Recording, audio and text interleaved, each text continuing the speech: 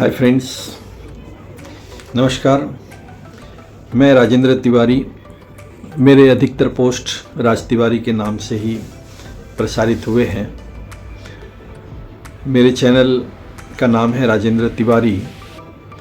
अभी तक ऐसा कुछ नाम मैंने चॉइस नहीं किया है, जैसे कि बहुत सारे लोग अलग अलग नाम रखते हैं। फ़िलहाल मेरा नाम ही मेरी ब्रांडिंग है। अभी तक आप लोगों ने बहुत सारे रील्स के माध्यम से मुझे देखा है, पहचाना है, सुना है। मैं आज आप लोगों के सामने YouTube के माध्यम से आप लोगों के साथ जुड़ना चाहता हूं और अपने दिल की बात आप लोगों के साथ में शेयर करना चाहता हूं। दोस्तों, आजकल की बात करें तो मेरे ख्याल से पुरातन काल से ही प्रवचन का काल हमेशा रहा है। इस समाज में संत महात्मा बहुत सारे लोग आए और उन लोगों ने अपने समाज को अपने विचारों के द्वारा बदली करने का एक प्रयास किया। कभी कभी ऐसा हो जाता है कि उन बातों को सुनने के बाद में हम उस पर कितना अमल करते हैं। कभी कभी जैसे आज की तारीख में बहुत से लोग अगर गलत दवाई खा लें तो उसका रिएक्शन हो जाता है। ठीक उसी तरीके से किसी प्रवचन को सुन करके अगर हमने उसका सही ढंग से आचरण नहीं किया तो उसका रिएक्शन कैसा हो सकता है, इसी के संदर्भ में आप लोगों के साथ में ये वीडियो मैं शेयर करना चाहता हूँ। एक बार की बात है, किसी वक्ता के मुंह से ये लाइनें सुनने के बाद में एक व्यक्ति के जीवन में क्या परिवर्तन आया, वही मैं आप लोगों को बताना चाहता हूँ। वो लाइनें कुछ ऐसी थी कि शराब, संगीत और स्त्री से जिसने प्रेम नहीं किया वो जीवन भर मूर्ख रहा। Oh my God! अब इन लाइनों को सुनने के बाद में एक बंदे ने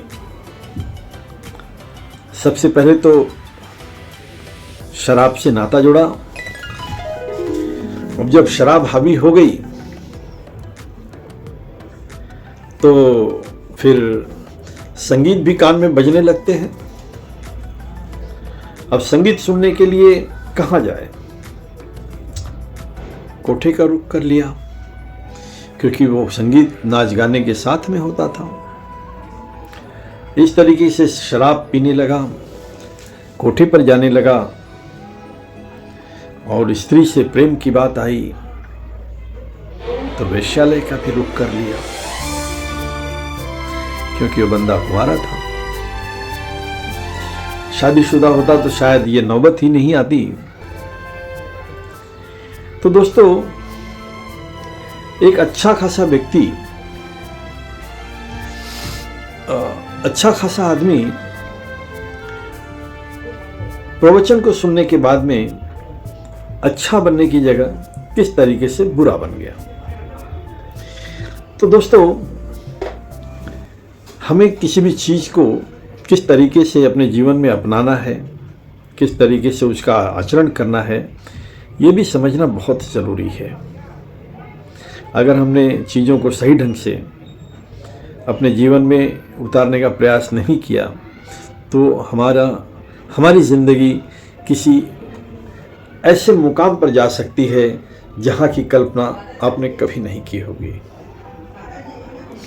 तो दोस्तों, बहुत से संत महात्मा हैं जिनके बातों में बहुत गहराई रहती है।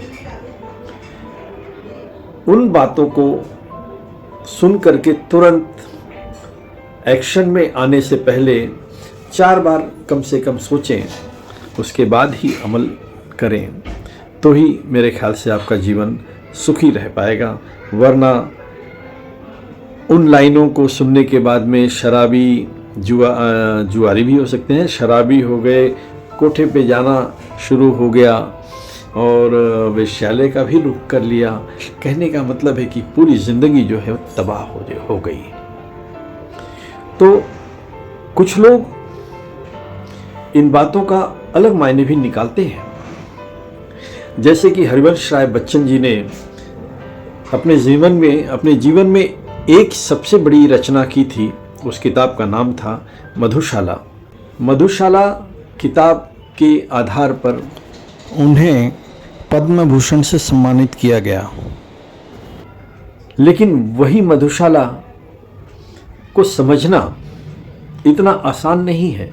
मधुशाला का मतलब है सीधे सीधे शराब खाना, मैं खाना, जहाँ की शराब बढ़ती है, लोग बाग आते हैं, पीते हैं, मौज मस्ती करते हैं। लेकिन ये मधुशाला कौन सी मधुशाला ऐसी थी जिसको पीने के बाद सभी लोग मस्त हो गए। तो दोस्तों, हम भी नोबेल पुरस्कार से सम्मानित हो सकते हैं, बशर्ते कि कुछ चंद लाइनों को हम अच्छी तरीके से अपनी ज़िंदगी में उतारें। तो शराब, संगीत और स्त्री, इनसे प्रेम अवश्य करें,